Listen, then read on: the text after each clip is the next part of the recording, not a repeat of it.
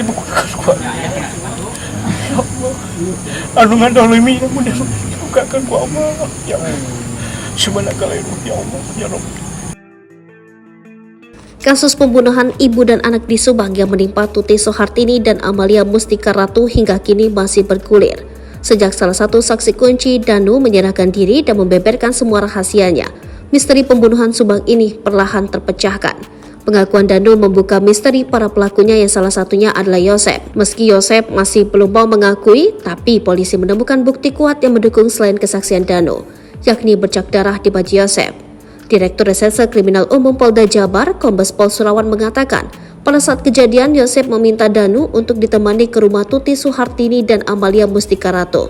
Dari MR sendiri ini, dia yang pertama diminta oleh YH untuk menemani ke TKP ke rumah korban.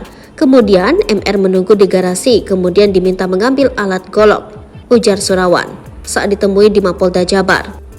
Setelah itu, kata dia, Danu tidak mengetahui apa yang terjadi di dalam rumah dan hanya mendengar suara teriakan dari salah satu korban.